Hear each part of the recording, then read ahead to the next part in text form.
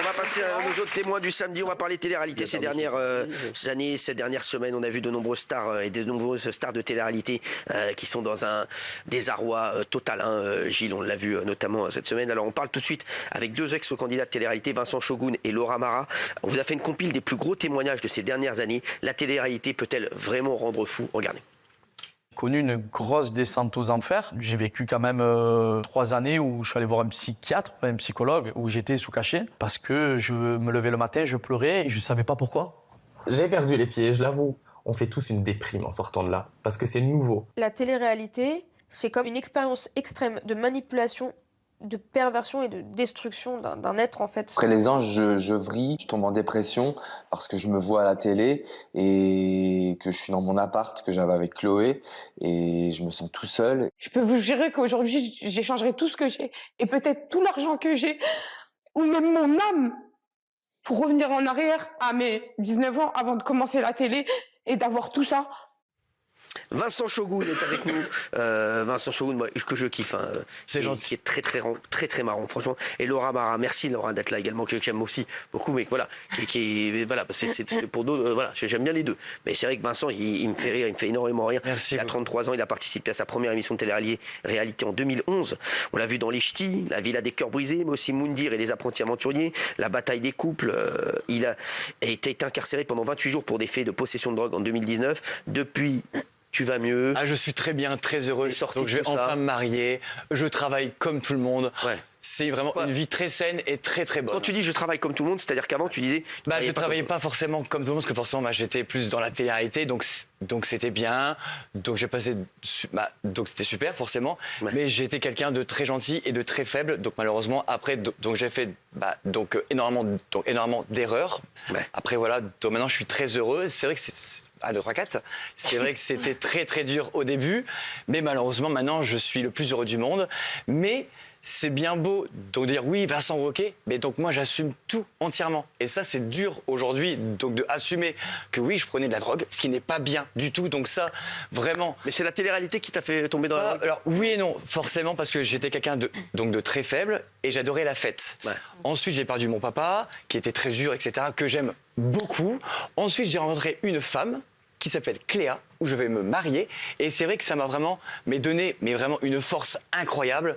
Là, j'étais un peu stressé, bizarrement, parce que juste avant, je fais oh, je pense que ça va aller, je suis serein, etc. Mais c'est vrai que le monde rend un peu donc les gens stressés. Mais en soi, je suis maintenant très très bien. Après, j'aurai pas mal de petites questions forcément à vous répondre, parce que moi, je connais tous les dessous, malheureusement. Oui, et je n'ai rien à prouver, vraiment. Donc moi, je suis sans tabou. On a des questions à poser. Gilles, vas-y. Moi, c'est sur la drogue. Oui. C'est sur la drogue. Je voudrais vous poser une question. On entend beaucoup de témoignages a posteriori. Oui, quand j'étais dans telle émission, de la drogue circulait. Ouais. Moi, ma question, elle est claire. Il y a de la drogue dans les émissions de télé-réalité. Est-ce qu'elle est fournie par la production ou est-ce que la production se masque les yeux pour ne pas avoir après à légalement être incriminé? Drogue et alcool. Ouais. Alors, la production, donc je pense, est au courant. Moi, personnellement, je prenais donc mon matériel. Donc ce qui n'est pas bien, je le répète, ce qui n'est pas bien. Et ce qui est honteux, je le répète. C'était donc avant, parce que je n'étais pas quelqu'un de bon. Et voilà, ce n'est pas bien, je le répète. Mais ce n'est pas la production. Au fait, tiens, prends-le. Ça, je peux vous le garantir et vous le jurer. Parce que mine de rien, j'ai quand même ça les arrange si on en prend, comme ça permet tous les excès. Mais je pense que forcément... c'est le but de l'émission. Plus tu es un peu foufou et plus tu es un peu... voilà. Donc ça aide un petit peu à faire du show en télé. Mais je ne dis pas que la production fournit. Mais je pense qu'ils sont peut-être contents de voir des candidats comme moi à l'époque, pas forcément bien parce que je parle très très vite, donc là, encore une fois, il n'y a rien. Parce que forcément, je suis quelqu'un forcément qui parle très très vite et tout le temps, oh Vincent, c'est sûr qu'il a pris. Du tout.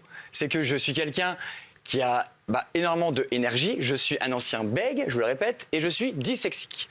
Donc ça, c'est pas évident à gérer toutes les émotions. Donc avec ça, c'était pas évident à gérer. Ouais. Voilà. Daniel. Ouais, je suis désolé, mais la télé-réalité, pour moi, c'est l'incarnation de la misère sociale.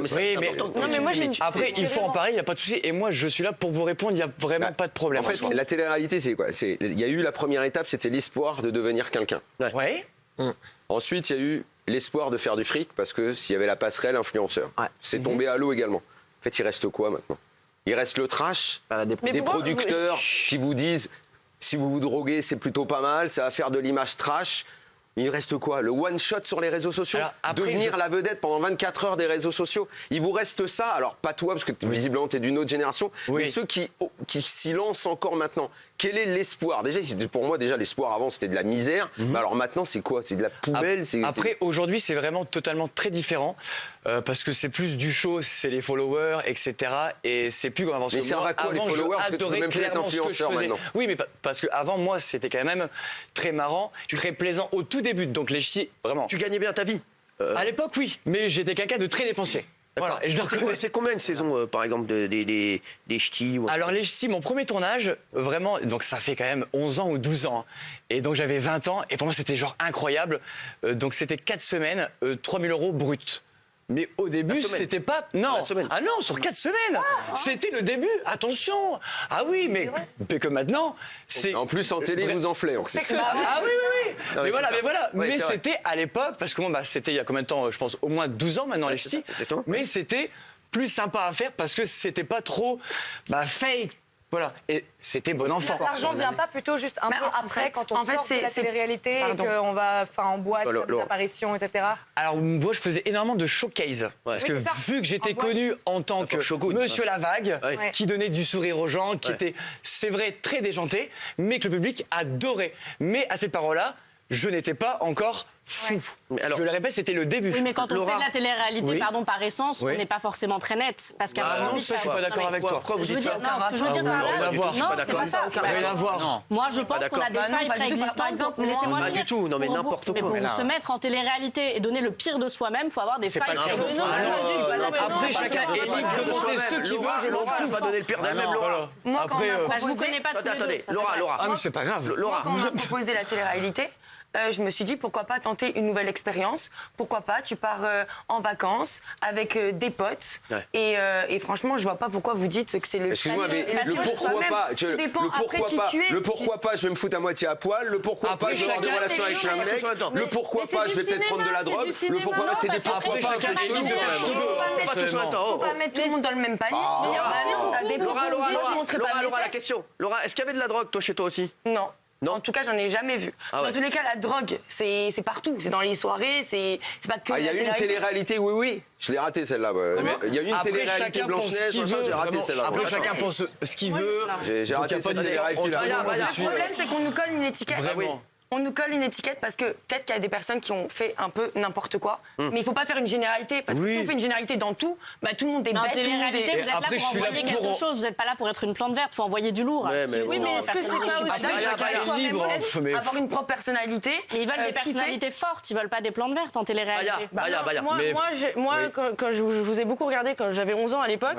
Et je regardais ça vraiment comme quelque chose de divertissant et pas éducatif. Maintenant, les gens, marrant. Voilà. Ah oui. Et j'aimerais vous poser une question. Pour vous, est-ce qu'il n'y a pas une part aussi d'acting, ce qui rend le truc un peu plus spectaculaire? Alors oui.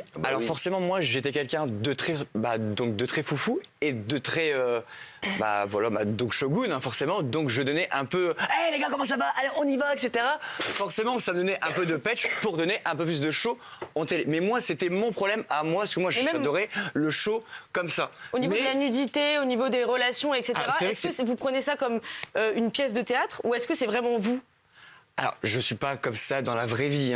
Maintenant, je suis quand même quelqu'un de... Non mais oui, Laura. Attention, parce que dans la vraie vie, quand je faisais mes courses, Vincent, s'il te plaît, mets-moi la vague. Loulou, c'était en soirée, j'étais quand même pas mal arrosé, j'ai fait la vague. Mais les gens pensent que... C'est quoi la vague? C'était mon serpent à l'époque. Je pense que Cyril connaît. C'est mon passé et j'assume tout de A à Z. Vraiment, moi j'assume tout de A à Z, vraiment à fond les ballons. C'est-à-dire de faire une vague comme ça? Non, mais peu importe ce que j'ai fait, c'était mon passé. Maintenant j'ai 33 ans et j'ai passé quand même du bon temps. Juste après, c'était pas bon parce que j'ai eu la perte de mon père. Et vous êtes forcément après, à cause de les réseaux sociaux, etc. Ça a fait une grosse polémique. Et Cyril me connaît très très bien. Et maintenant, je suis très fier. Je travaille dans le BTP. Donc ça n'a rien à voir, mais ça me calme et ça me canalise. Vincent, est-ce que tu regrettes Est-ce que tu regrettes d'avoir fait de la télé-réalité aujourd'hui? Non, parce que non, pas du tout. Parce que c'était mon passé et ça m'a appris à grandir. Vraiment. Et aujourd'hui, tu es heureux? Ah ouais, je suis heureux. Laura, vous en êtes où? Moi, ça va aujourd'hui. Vous faites quoi aujourd'hui? Moi, aujourd'hui, j'ai une marque de bijoux. D'accord.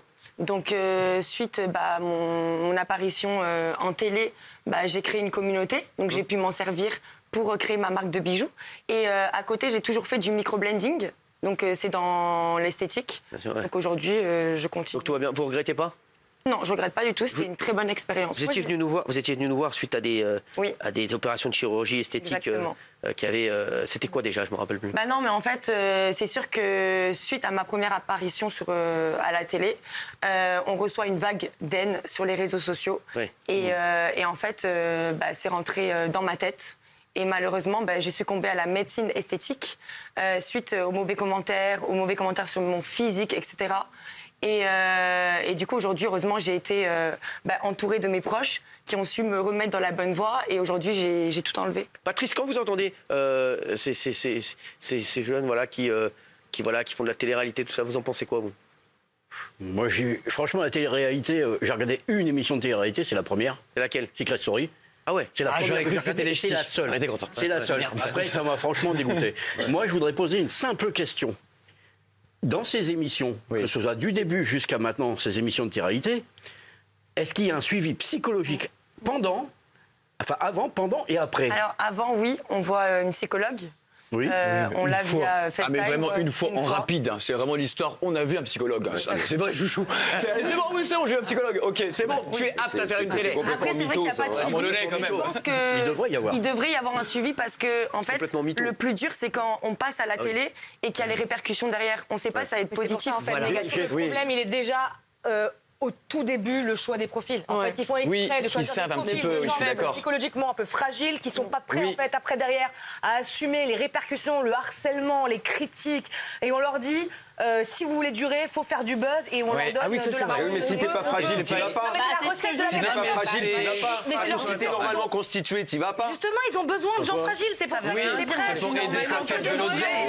en effet, ça donne des Loana et ça donne des gens qui font. Alors Loana qu'on embrasse, on l'a vu. Et Loana très gentil, moi je l'adore. Super. Est-ce que ça va pas changer un autre type de télé-réalité? Mais par exemple, la Starac, il y a une ancienne productrice qui disait qu'elle s'ennuyait quand elle regardait les quotidiennes parce qu'ils ont pris d'autres profils moins trash, et les candidats de la Starac, c'est vraiment un autre type de télé-réalité. C'est plus ça. Très suivi, très encadré. Il y a plus le côté chanson aussi qui est mis en avant. Et c'est plus ça, forcément. C'est moins un problème. Moi, j'ai toujours défendu la télé-réalité. Et quand j'entends qu'on dit qu'on prend des gens fragiles, qu'on les exploite, non, il y a eu des très bonnes émissions de télé-réalité. Il y a des gens qui ont très bien réussi, très équilibrés. Il faut arrêter. Mais non, mais là, vous êtes en train de fracasser. Mais non, mais vous êtes en train de fracasser. Tu peux me donner des exemples? Regardez, tous les deux, ils sont très bien maintenant. Mais surtout, ils sont très bien. Ils sont très bien. On a eu quelqu'un qui a souffert, qui s'est drogué. Daniel. Et enfin, tu les entends ou... Vincent, vous êtes heureux? Mais je suis très heureux aujourd'hui. Il est heureux à la fin, mais t'as vu le parcours qu'il a eu? Oui, mais c'est pas grave. Donc ça m'a appris à grandir, tout ça. Donc au début, c'est quelqu'un de fragile et il s'en sort, mais t'en as plein qui disent elle est pas fragile. La semaine dernière sur ce plateau, vous avez reçu Loana. Vous vous rendez compte de ce que t'as reçu? Il y a des gens fragiles. 90% des gens, ça les flingue. La télé-réalité détruit pas les gens. Arrêtez. Mais non. Alors, qui pense dans le public que la télé-réalité détruit les gens, s'il vous plaît, on va voter. Toi, est-ce que tu étais comme ça avant de faire ta télé-réalité, ou est-ce que tu as changé totalement? Il y a eu un avant et un après. Forcément. Donc il y a eu forcément un avant et après, forcément, parce qu'avant j'étais quand même quelqu'un de très hyperactif et de très très foufou. Après j'étais comme ça quand même avant, mais aujourd'hui ça m'a appris d'apprendre le public, s'il vous plaît. Merci. Et puis surtout d'être très heureux aujourd'hui. Mais ça m'a fait très mal au début, ce qui est vrai. Mais tu vas te marier, non? Oui, je vais me marier. Tu ne l'as pas dit? Je vais me marier. Oui, je vais me marier. Avec Claire? Avec Claire Nafi, ouais, avec Claire. Et je suis très heureux aujourd'hui. Après, c'est vrai que c'était pas évident avant, c'est vrai. Mais malheureusement, j'ai appris de mes erreurs et je suis plus heureux aujourd'hui. C'est vrai qu'il y a plein de personnes qui pensent que la télé, c'est pas bien. Oui, peut-être, donc maintenant, mais avant, c'était quand même plaisant. Aujourd'hui, c'est plus particulier, ça c'est vrai. Moi, je pense que la télé, c'était bien à partir du moment où il n'y avait pas les réseaux. Ouais, c'est ça. Parce que maintenant, il y a trop de plateformes. Les répercussions, c'est les réseaux qui ont tué un petit peu. On va voir ce que pense le public. Mais bon. Très vite, merci. 82%, oui. On était dans l'Anjos, 82%. Oui, après voilà. Merci en tout cas à vous deux d'être venus nous voir. Je t'en prie. Venez quand vous